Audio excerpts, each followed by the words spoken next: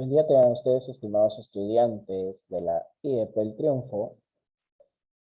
Siguiendo con estas sesiones virtuales de biología, hoy vamos a empezar a ver un tema nuevo, una nueva unidad, muy diferente en características, en funciones y al tema que hemos visto durante todas estas 5 semanas, en sí, 4 semanas vimos el tema de virus y en la semana 5 hemos hecho un repaso de todo lo que se hizo durante las 4 primeras semanas. Entonces, en esta semana ya empezamos el tema de bacterias. Ya vamos a ver hoy algunas generalidades, algunos hechos históricos, y bueno, espero que presten atención, no se olviden de anotar lo que se habla aquí. Y si hay alguna duda, como siempre, en clase, pues hacerlas llegar y así poder explicarlo y también todas esas dudas despejarlas. Bueno, chicos, entonces vamos a empezar. Presten mucha atención. Buenos días. Ahora sí vamos a ir explicando lo del tema relacionado a bacterias. Estas bacterias son microorganismos unicelulares que presentan un tamaño de algunos micrómetros de largo. Eso quiere decir que su unidad de medida son las micras. Van entre aproximadamente 0,5 a 5 micrómetros, por lo general. ¿No? Podemos observar ahí, inclusive al lado hay otro organismo que es mucho más grande, ¿no? Pero a comparación de las bacterias, podemos ver que su tamaño es inferior a este organismo, pero es un poco mayor al de los virus. Van a presentar diversas formas, las cuales incluyen esferas, barras y hélices. Bueno, en este caso a las esferas podríamos decirle forma de un cocos, a las barras pues serían los bacilos y hélices a los espirilos.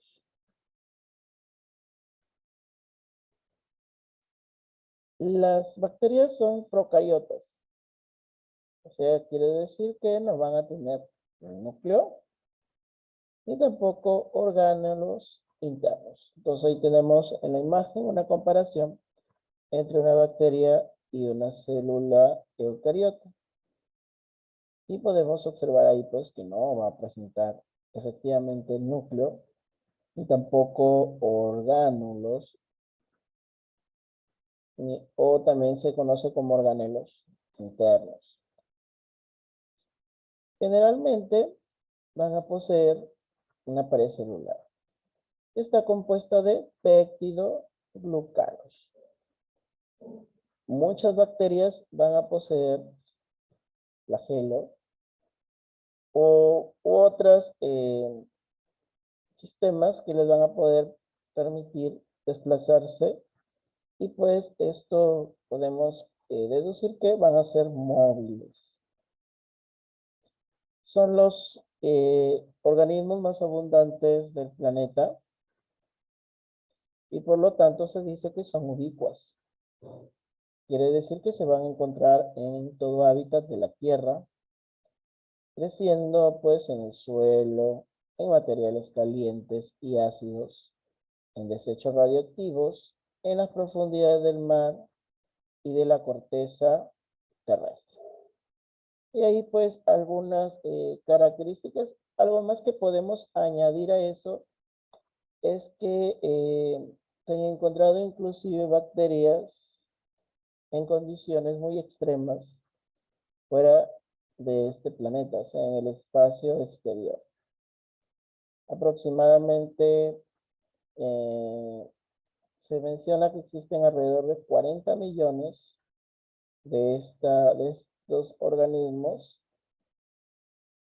en lo que se refiere a un gramo de tierra y aproximadamente 1 millón de estas bacterias en 1 mililitro de agua.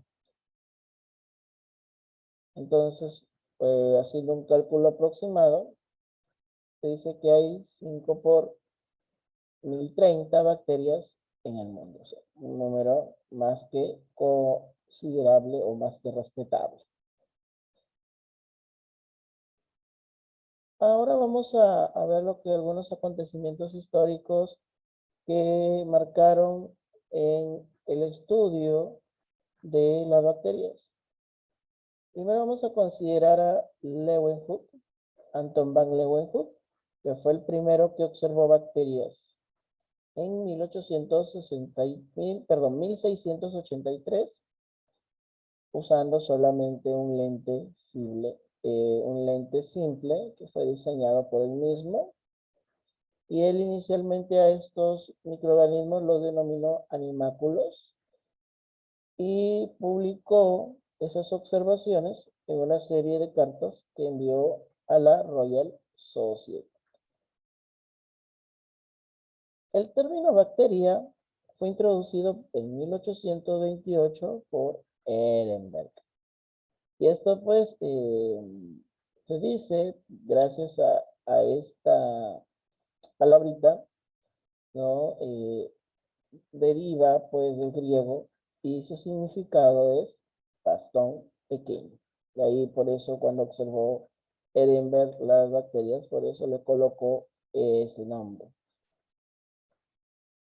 Luego tenemos a Louis Pasteur, que en 1859 demostró que los procesos de fermentación eran causados por el crecimiento de microorganismos y que dicho crecimiento no era debido pues a la generación espontánea como se suponía hasta entonces.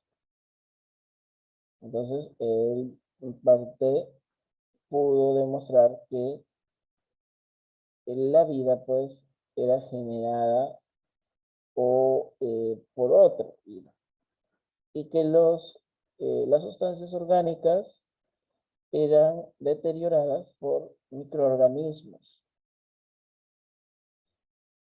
A él se le considera como uno de los primeros defensores de la teoría germinal de las enfermedades infecciosas.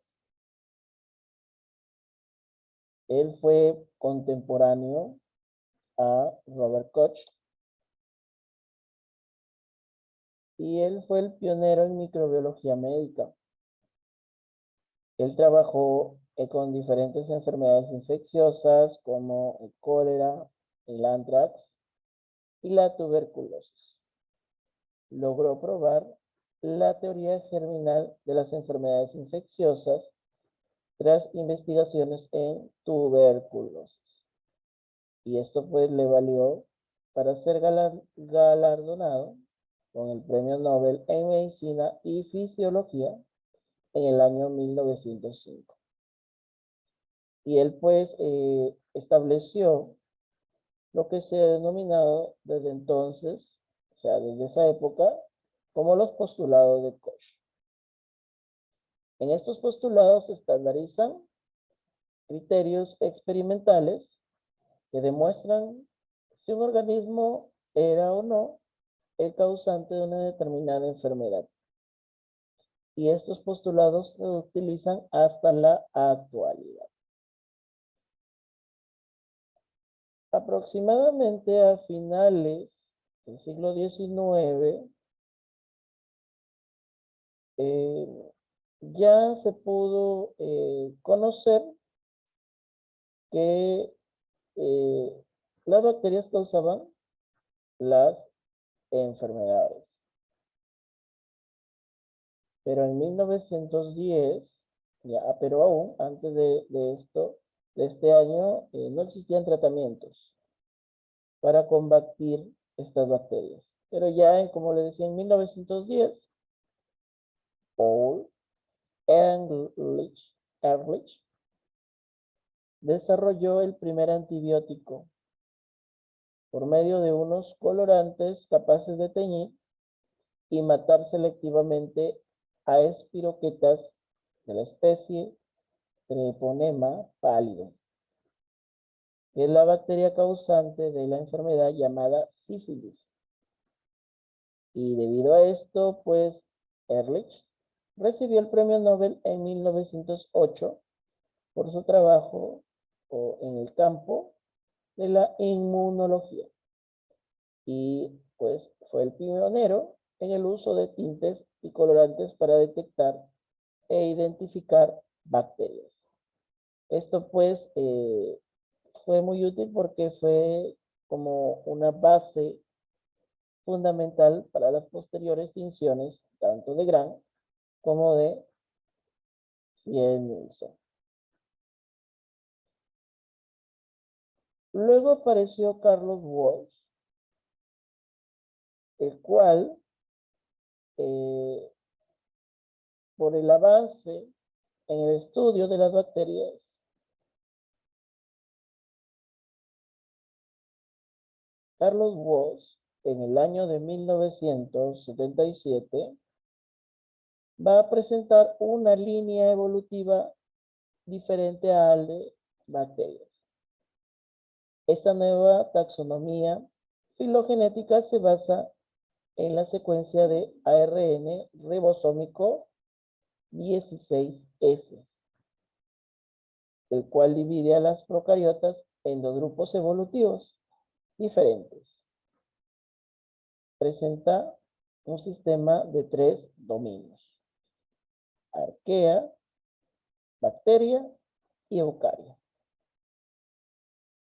Ahí están lo referente a estos avances en el transcurso del tiempo referente a las bacterias y también algunos puntos importantes que desconocíamos. Ahora ya tenemos noción de cómo ha ido cambiando el conocimiento en el grupo de las bacterias. El origen y evolución.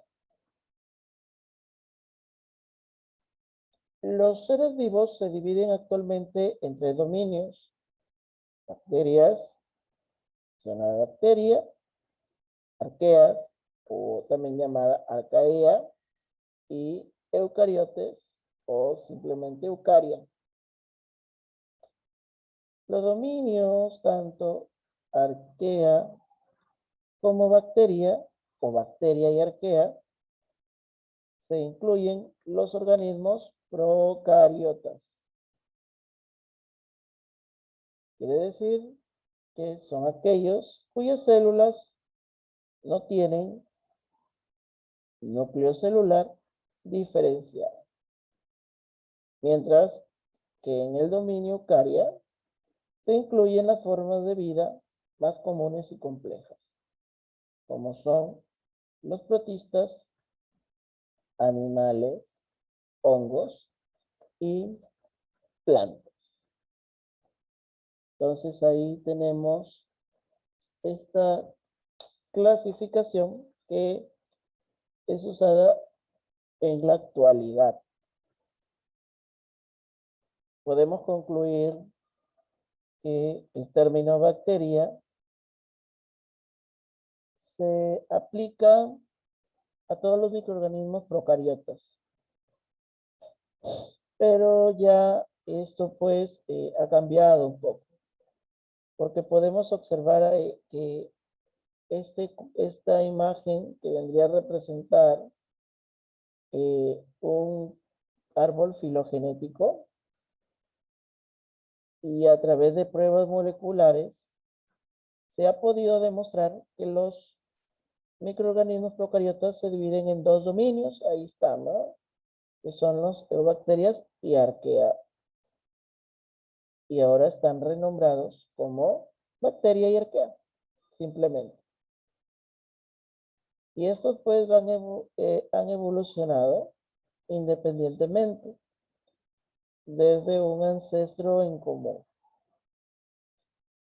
Estos 2 dominios, bacteria y arquea, junto con eucaria, van a constituir la base del sistema de 3 dominios, que en la actualidad es el sistema de clasificación más ampliamente utilizado en la bacteriología. O sea, la bacteriología viene a ser el estudio de las bacterias.